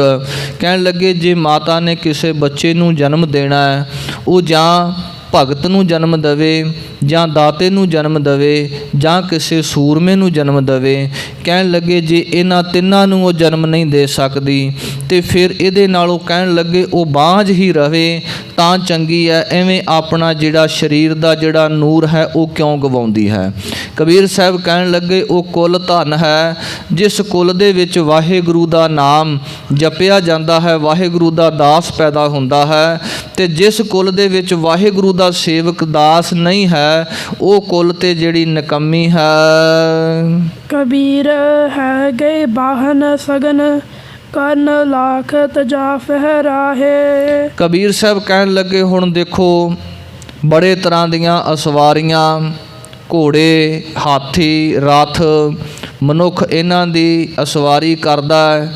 ਬੜੇ ਉੱਚੇ ਉੱਚੇ ਜਿਹੜੇ ਨੇ ਝੰਡੇ ਝੂਲਦੇ ਨੇ, ਨਾਮ ਚੱਲਦਾ ਹੈ। ਯਾ ਸੁਖ ਤੇ ਭਿਖਿਆ ਪਲੀ ਜੋ ਹਰ ਸਿਮਰਤ ਦਿਨ ਜਾਹੇ। ਕਹਿਣ ਲੱਗੇ ਇਹ ਸਾਰਾ ਕੁਛ ਜੇ ਮਨੁੱਖ ਦੇ ਕੋਲੇ ਚੰਗੇ ਘੋੜੇ, ਚੰਗੇ ਹਾਥੀ, ਚੰਗੇ ਰੱਥ, ਇਸੇ ਤਰ੍ਹਾਂ ਸਾਰੇ ਪਾਸੇ ਨਾਮ ਚੱਲਦਾ ਹੈ, ਝੰਡਾ ਝੂਲਦਾ ਹੈ, ਪਰ ਜੇ ਵਾਹਿਗੁਰੂ ਦਾ ਨਾਮ ਨਹੀਂ ਤੇ ਇਹ ਸਾਰੇ ਨਿਸਫਲ ਹੈ। ਇਹ ਆ ਸੁੱਖ ਤੇ ਕਹਿਣ ਲੱਗੇ ਐਡਾ ਵੱਡਾ ਇਹ ਸੁੱਖ ਹੈ, ਉਹਦੇ ਨਾਲੋਂ ਭਿਖਿਆ ਚੰਗੀ ਹੈ, ਮੰਗ ਕੇ ਖਾਣਾ ਚੰਗਾ ਹੈ। ਜੋ ਹਰ ਸਿਮਰਤ ਦਿਨ ਜਾਹੇ, ਜਿਹਦੇ ਵਿੱਚ ਵਾਹਿਗੁਰੂ ਦਾ ਸਿਮਰਨ ਕਰਦਿਆਂ ਹੋਇਆਂ ਦਿਨ ਬਤੀਤ ਹੋਵੇ, ਉਹ ਵੇਲਾ ਚੰਗਾ ਹੈ। ਇੱਕ ਪਾਸੇ ਅਮੀਰਜ਼ਾਦੀ ਹੈ ਤੇ ਦੂਜੇ ਪਾਸੇ ਗਰੀਬੀ ਦਾ ਉਹ ਮੰਜ਼ਰ ਜਿਹੜਾ ਪਾਤਸ਼ਾਹ ਨੇ ਬਿਆਨ ਕੀਤਾ, ਜਿੱਥੇ ਪੰਜਵੇਂ ਪਾਤਸ਼ਾਹ ਮਹਾਰਾਜ ਜੀ ਕਹਿੰਦੇ ਨੇ ਬਸਤਾ ਟੂਟੀ ਝੁੰਪੜੀ ਚੀਰ ਸਭ ਛਿੰਨਾ ਜਾਤ ਨਾ ਪਤ ਨਾ ਆਦਰੋ ਉਦਿਆਨ ਪ੍ਰਮਿੰਨਾ ਮਿੱਤਰ ਨਾ ਇਠ ਧਨ ਰੂਪਹੀਣ ਕਿਛ ਸਾਖ ਨਾ ਸਿੰਨਾ ਰਾਜਾ ਸਗਲੀ ਸ੍ਰਿਸ਼ਟ ਕਾ ਹਰ ਨਾਮ ਮਨ ਪਿੰਨਾ। ਕਬੀਰ ਸਾਹਿਬ ਵੀ ਕਹਿਣ ਲੱਗੇ ਉਹਨਾਂ ਅਮੀਰਾਂ ਦੇ ਉਹਨਾਂ ਸਾਧਨਾਂ ਨੂੰ ਕਹਿਣ ਲੱਗੇ ਠੀਕ ਹੈ ਤੇਰੇ ਕੋਲ ਹੋਣਗੇ, ਪਰ ਜੇ ਤੇਰੇ ਕੋਲ ਵਾਹਿਗੁਰੂ ਦਾ ਨਾਮ ਨਹੀਂ ਤੇ ਇਹਨਾਂ ਦਾ ਕੋਈ ਫਾਇਦਾ ਨਹੀਂ। ਇਹਦੇ ਨਾਲੋਂ ਤੇ ਉਹ ਭਿਖਾਰੀ ਚੰਗਾ ਹੈ ਜਿਹੜਾ ਮੰਗ ਕੇ ਖਾਂਦਾ ਹੈ ਪਰ ਵਾਹਿਗੁਰੂ ਦੀ ਬੰਦਗੀ ਦੇ ਵਿੱਚ ਰਹਿੰਦਾ ਹੈ। ਇੱਥੋਂ ਤੱਕ ਕਥਾ ਵਿਚਾਰ ਕਰਦਿਆਂ ਇੱਕ ਨਹੀਂ ਅਨੇਕਾਂ ਭੁੱਲਾਂ ਗਲਤੀਆਂ ਹੋ ਜਾਂਦੀਆਂ ਹਨ। ਗੁਰੂ ਕੀ ਸੰਗਤ ਗੁਰੂ ਮਹਾਰਾਜ ਬਖਸ਼ਣਯੋਗ ਹਨ, ਕਿਰਪਾ ਕਰਕੇ ਬਖਸ਼ ਦੇਣਾ ਜੀ। ਅਗਾਂਹ ਤੋਂ ਸਮੱਤ ਬਖਸ਼ਣੀ ਸ੍ਰੇਸ਼ਟ ਮਤ ਬੁੱਧ ਅਨੁਸਾਰ ਕਥਾ ਵਿਚਾਰ ਕਰ ਸਕੀਏ। ਭੁੱਲਣ ਅੰਦਰ ਸਭ ਕੋ ਅਭੁੱਲ ਗੁਰੂ ਕਰਤਾਰ, ਦੇਹੋ ਸੱਜਣ ਅਸੀਸੜੀਆਂ ਜਿਉ ਹੋਵੈ ਸਾਹਿਬ ਸਿਓ ਮੇਲ। ਆਖਰੀ ਪੰਕਤੀਆਂ ਪੜ੍ਹ ਕੇ ਸਮਾਪਤੀ ਹੈ ਜੀ। ਕਬੀਰ ਹੈ ਗਏ ਬਾਹਨ ਸਗਨ, ਕੰਨ ਲਾਖ ਤਜਾ ਫਹਿਰਾਹੇ। या सुख ते पिखिया पली, जो हर सिमरत दिन जाहे। ਵਾਹਿਗੁਰੂ ਜੀ ਕਾ ਖਾਲਸਾ